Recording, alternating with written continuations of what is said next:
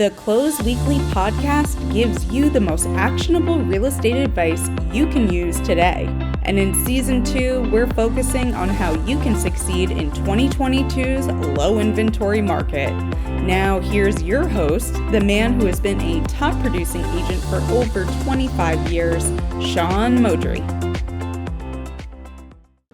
Welcome back. Today's episode is all about how to get more listings using social media techniques like Instagram, Facebook, and TikTok. But before we get started, I want to share with you a little bit about this season's sponsor, Elevate by Elm Street Technology. Elevate is more than a CRM. With social media posts, IDX website, and easy-to-use lead generation, Elevate provides everything you need to capture and convert more leads. Elevate even offers time-saving CMA Wizard, which allows you to create and share CMAs in just minutes. Are you interested in trying Elevate yourself? Then check it out at tryelevate.com. That's tryelevate.com and schedule a free demo today. Now, let's learn a little bit about Haley Ingram and how you can start generating some listings through your social media right now. Good morning, Close Pro Weekly listeners. It's Sean Moudry, and we're back for another outstanding podcast for you. And today we have maybe the best guest ever, at least the best guest for this series that we're going to talk about, which is this series is all about how to get listings in this low inventory market. And come highly recommended to us is Haley Ingram, and she's in St. Pete, Florida. Welcome, Haley. Hi, thank you for having me. Hi. So you came highly recommended by multiple people that said, hey, this is the way to get in front of people today, right? Mm-hmm. And interesting enough, we did a survey at the close also that was, what is the top things real estate agents feel will help their business in 2022? And guess what they said? Growing on Instagram? Growing on social media. Yeah. It was kind of mind-boggling, right? Yeah. So share with us a little bit about who you are, what's your background, and how did you get to be where you're at now? Yeah, so I am in St. Petersburg, Florida, like you said. I moved here and started a career in real estate just right off the bat once I graduated from college. And when I was doing real estate, I just found that I absolutely love the marketing side of things. But I was finding a ton of success on Instagram in particular. So I was like having people reach out to me, getting leads from Instagram. So I kind of made a shift and started helping other agents grow their Instagrams as well, which kind of led to me building Coffee and Contracts, which is a marketing subscription for real estate agents.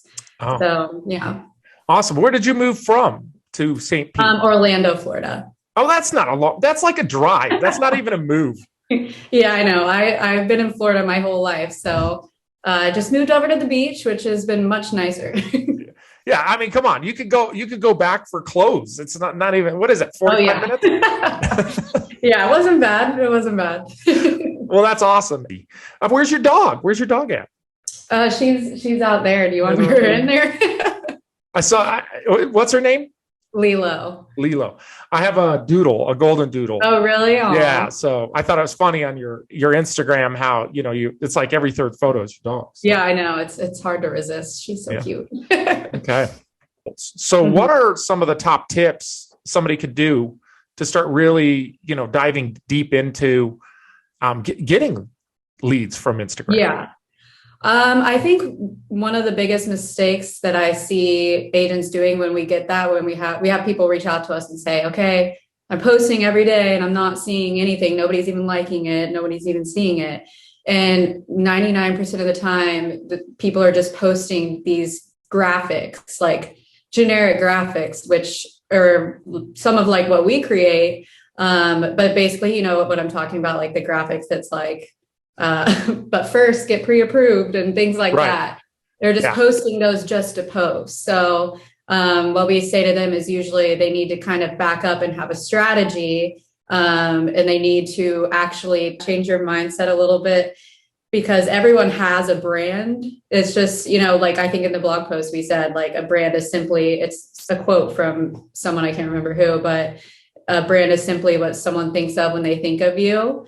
So it doesn't have to be anything crazy. You don't have to be like putting yourself out there dancing, and your brand is like your, if that's your brand.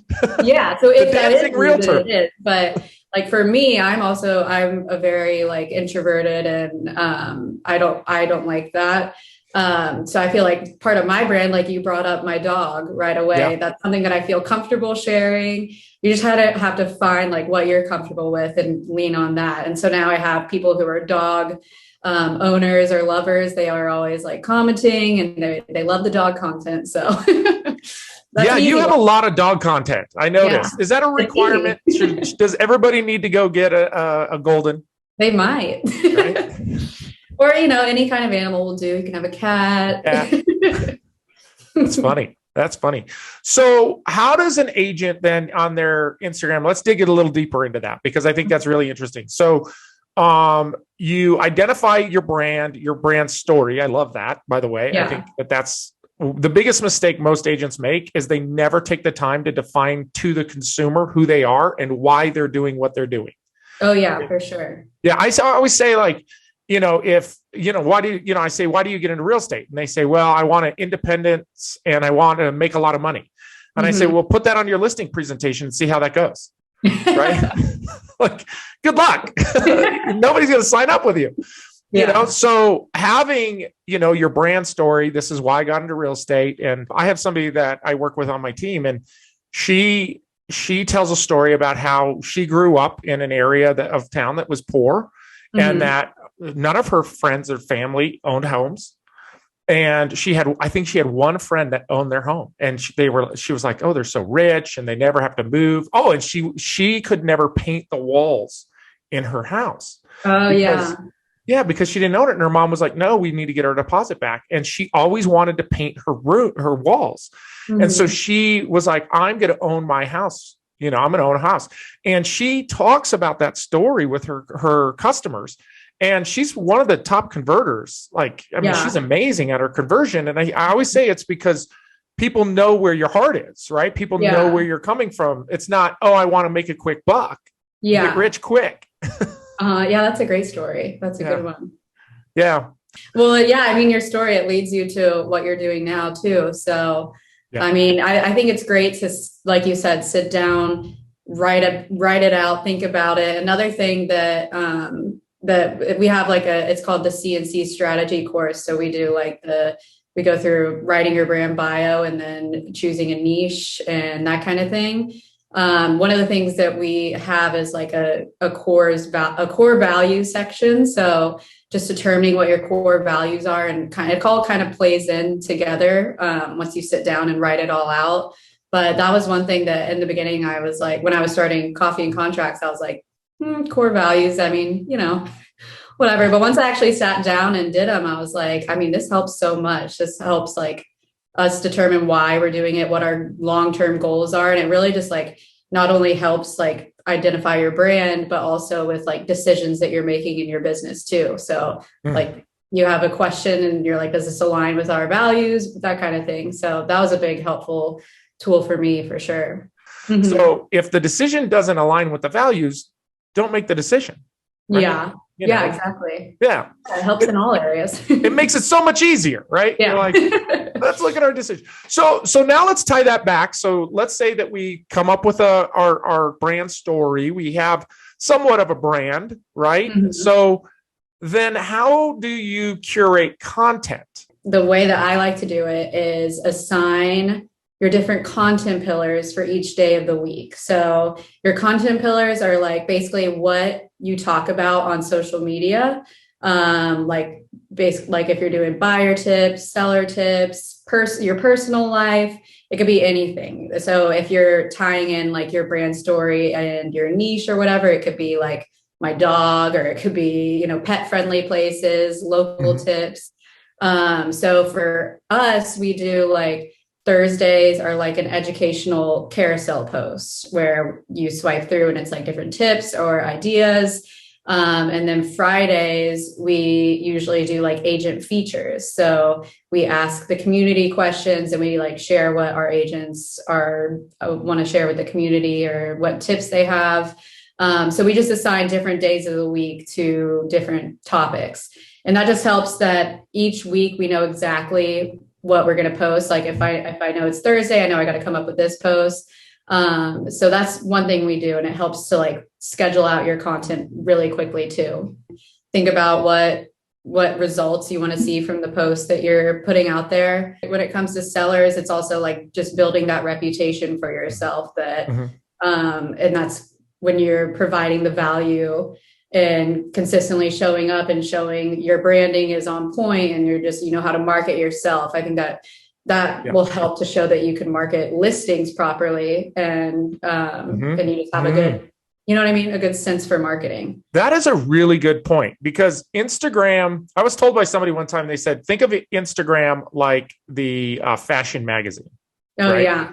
You know, pretty pictures, you know, short descriptions, you know, really, you know, well thought out wording, that kind of stuff. If you're going to use words, make sure you're using words that are impacting and grabbing, where Facebook is more kind of like, you know, almost more like the newspaper where people will take time to read a post, but Instagram, they're not.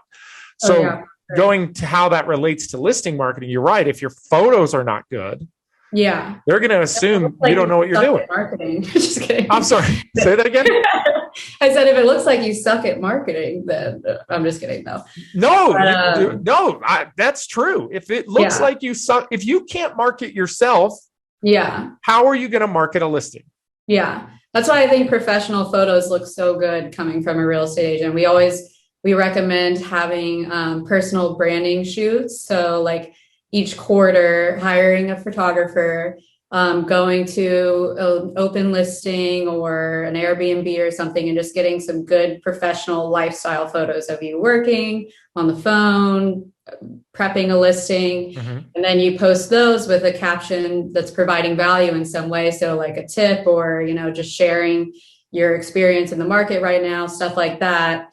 And I feel like just once you go to someone's page like that and you see like their feed of the photos, it just looks cohesive and it looks nice. I feel like you kind of gain like that trust with them right away. They're like, oh, they know what they're doing.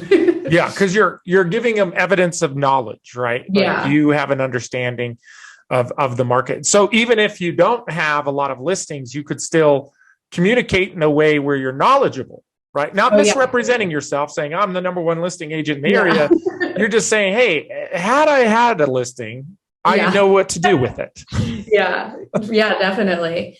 Yeah, I think you can lean on your brokerage or team or whatever when it comes to that for newer agents too. Is what is it about you that makes you unique, and just sharing like your personality on social media. So, I mean, if you're really funny and you love taking funny TikToks or like reels and stuff like that, then lean on that. If you really don't like to be on camera and you are, you know, and you just don't want to show your face on Instagram at all, I think there are other ways that you can stand out and provide value without showing up with your face, if that makes sense. Okay. So you could if you're you said that you're a little more introverted, and you can tell I am. No, podcast host. Not even a little bit. It's a curse though. There's a curse to it. You know, talking through the listing appointment, you know, forgetting to close, you know, that's the extroverted curse, right? You leave, you're like, oh, they love me. I forgot to have them sign, and they never talk to me again. So, so if you're on the more introverted side, or let's just say maybe you're self-conscious about how you look or how you look on camera. It took me years and years and years to learn how to smile correctly where I didn't look like I was growling, you know? I remember my first photo shoot, the guy's like, you look like you're pissed off. And I'm like, I'm not pissed off. I'm smiling.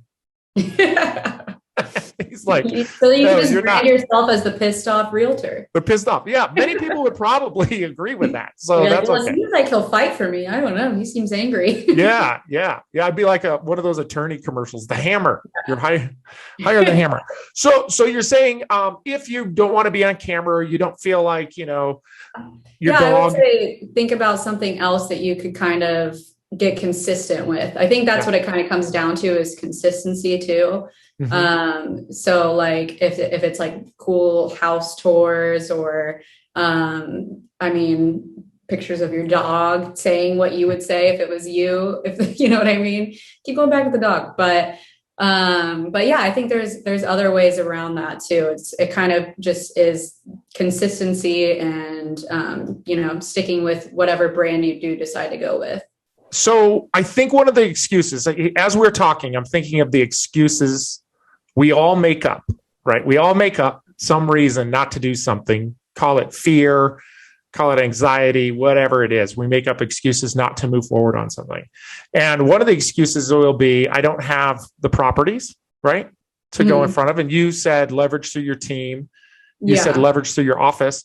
I think that's great advice that I think agents miss. Yeah. Or you could do like new construction model homes and things like that. There's also a website called Home Studio List. And I think there's a few other ones as well, where it's actually like Airbnbs that you can rent out for like an hour or two for photo shoots. So that's what I use. But they don't have them in every state right now. They're still expanding, but we take pictures in the same rental, like on Home Studio List. We take all of our photos in the same one and people will comment on my kitchen, how nice it is. I'm like, nope, that's not my kitchen. That's awesome. That's awesome. So what are some other common excuses that agents have? How about time? I don't have the time to do this. Yeah, definitely time. That's where we come in. But I would say one question that we get a lot that is kind of irrelevant, I think, is questions about social media algorithms and what time should I post? What does the algorithm not like when I do this or that or something? And I always say back that, do not worry about the algorithm. The Instagram, the social media algorithms just want you to use the newest features that they're rolling out. So that's why we're always talking about why reels are so important to hop on, because they're really pushing those out to people. So people that don't follow you will see them. That, and they just want people to stay on the app as long as possible. Facebook and Instagram or whatever it is, they just want, if someone's looking at your posts for a little while, spending some time on it, then that's good. That's like all you should really think about. A lot of times people, I think, are trying to cheat it, and they just want to post the graphics at the right time that'll blow up, but that's just not how it works. You just have to kind of provide a unique value, if that makes sense, that people are going to stay on and that benefits them. They also want you to watch the whole video through. So one little trick I've heard, I don't know if it's true or not, is short videos are key because people don't even realize it's going to end. Oh, right. Like a 10-second video. Boom. Yeah. So there was this thing going around where people would put just a clip of anything and they would write a long paragraph on it so that people would have to loop through to read it. So multiple views from the same person. Yeah. I think I've fallen into that trap on TikTok. Yeah. Oh yeah, I have too. There's trending audios. So this is usually from a movie or a TV show, a trending funny audio clip. A lot of the ones that I use, I'm a big Office fan. So a lot of the ones that I use are Michael Scott just saying something funny. And you just do a little voiceover of it, or a little lip sync. And then in text and on the video, you write something that relates it to your industry or what you're talking about. Does that make sense? Yeah. So those are my favorite to do, and they work wonders. I swear my Instagram, Copy and Contracts Instagram grew. We probably gained 10,000 followers in the past few months, and just from starting to do reels, I would say. Wow. Consistently too. So what is your goal with Instagram? So I'm a real estate agent. let's call it Instagram, Reels, TikTok, those three. I'm a real estate agent. Is it to get followers? Is it to get views? Is it to get comments? Is it to get leads? What is the goal? I think they all kind of go together. Definitely the ultimate goal is to get leads, of course, but that doesn't just happen without making traction, I think, or without kind of making an impact on social media. I would say, as much as I wish it wasn't, I think that getting engagements and followers and stuff kind of plays into that, because it shows that you're building your presence and you're going to start reaching more people. But definitely the ultimate goal is to get leads. So we always like to say to have some kind of lead capture where so your link in bio could be, they put in their email and they get a free resource from you. So they get a free download, something of value that they would put their email in and get in exchange. Because the main goal is to grow your lead list, your email list, get it on something that you do own and you're not going to lose. So you opened up a whole new can of worms, right? Which is building and managing an email list, right? Yeah. It's interesting because you were talking about that on Instagram, like putting a link in there. A lot of people on TikTok, their bio links back to their Instagram. Yeah. Right. And their goal is to get the people on Instagram. Yeah. And then that goal is to do a lead magnet, like, hey, top 5 things you can do to increase your value when you sell your home. Right. So now that's a seller list. It drops into a seller email list. Then you got to manage the campaign of that list. Right. Yeah. You can't just have, 2,000, 5,000 emails and not do anything with them. Oh, yeah. Right? You have to communicate. Yeah. So how do you do that? There's a whole new can of worms. I wouldn't call myself an email drip expert at all. But my belief is to make it as organic and natural and non-annoying as possible. I'm a big believer in not having my email blown up, and I can tell when it's not genuine and when someone has just added me to an email list, but it still helps. I think that one thing that I do like is getting a monthly newsletter that's just reminds me of that agent and is not annoying. And I know they're sending it to everyone. And it, you know what I mean? Something that's not too crazy. The ones you get that you can tell, because it says unsubscribe from this list, and it's like, hey, Haley, how's the weather? Yeah, it's the worst. I always think of a newsletter, kind of 5 things in a newsletter, right? Have a personal story about yourself, right? What did you do last month? Did you go on vacation? Did you, maybe a photo, something fun, simple. Yeah. Have a quick market update that is a national based and a local based, super easy, right? Yeah. Have a client story, right? Something about what's going on with your clients. And then something that relates back to your community. So hey, we're volunteering in the community, or, hey, I don't know if you know about Joe's carpet cleaning, but here's a story about Joe. He cleans carpet in our area, nice.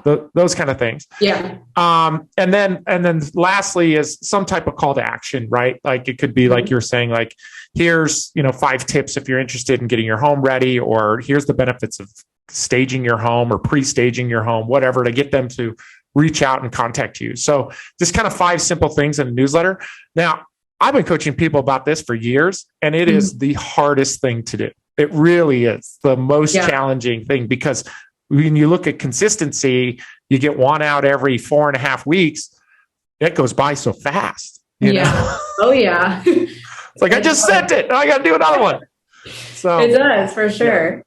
Yeah, I think, that's where tools come in to help save you. I know there's probably a ton. It's been a while since I've created an email newsletter as a real estate agent, but I know that there's a ton of different good tools that you could use. We have monthly email newsletter templates now. I was going to say, it sounds like something you should just add to your business plan.